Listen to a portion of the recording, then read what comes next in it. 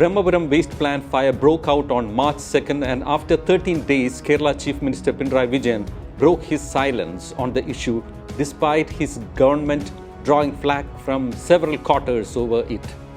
However, his speech in the Assembly on Wednesday was overshadowed by the Opposition MLAs Pandemonium in front of Speaker's office.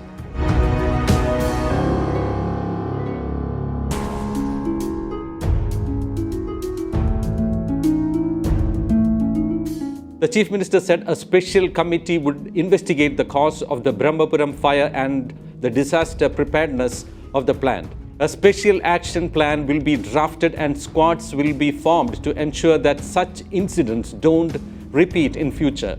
A ministerial-level meet will be convened on a weekly basis to ensure proper waste management. Interestingly, he also added that no serious health issues were encountered by residents due to the Brahmapuram fire. The Chief Minister but smoothly avoided any reference to the allegation on Zonta Infratech, the company contracted to run the waste management facility and the company owned by CPM leader Vaikom Viswan's son-in-law. Notably, the Chief Minister's response was read out under Rule 300 of the Procedure and Conduct in the Kerala Legislative Assembly. The rule states that no questions shall be asked at the time the statement is made. Chief Minister Pinarayi Vijayan but didn't forget to congratulate the firefighters and others, the real heroes involved in extinguishing the massive fire at Brahmapuram. He also elaborated on the history of the 4 fire incidents at the plant and how in 10 years 5,59,000 tons of waste got accumulated in Brahmapuram. A Rs 54.9 crore agreement was entered upon for biomining. As of now, 30% has been completed. The company has been paid Rs 11.9 crores so far, he revealed. Earlier in the day, Speaker A.N. Shamsir's committee moved to deny yet another adjournment motion moved by the UDF led to unprecedented scenes of violence, or rather political drama, outside the Assembly Hall and right in front of the Speaker's office. It was Uma Thomas who moved the adjournment motion, and the issue was the public brutality on a 16-year-old schoolgirl at Chenguttagonam in Thiruvanathapuram. The Speaker said the issue did not have immediate relevance and denied Uma's permission to even move the motion.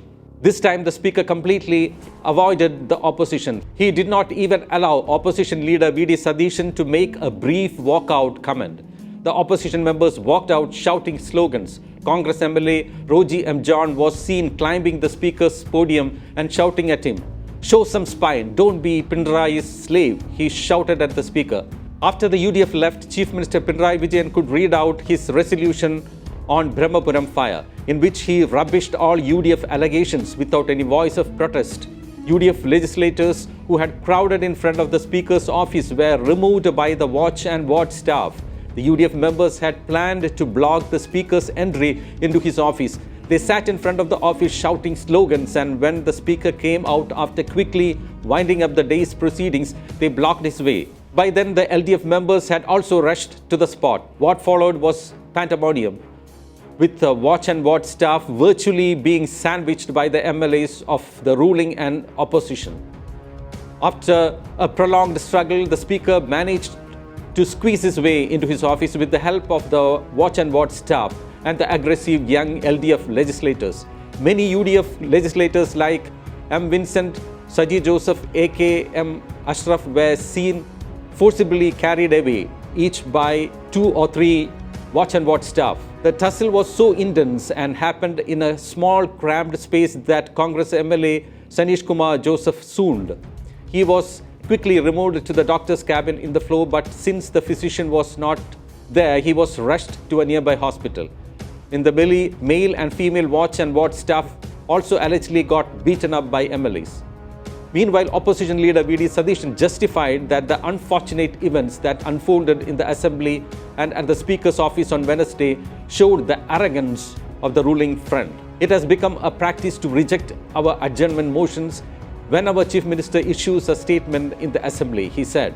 Notably, Chief Minister Pinarayi Vijayan had all these days maintained a stoic silence on the matter, even as the opposition parties, mainly Congress, repeatedly demanded his comments.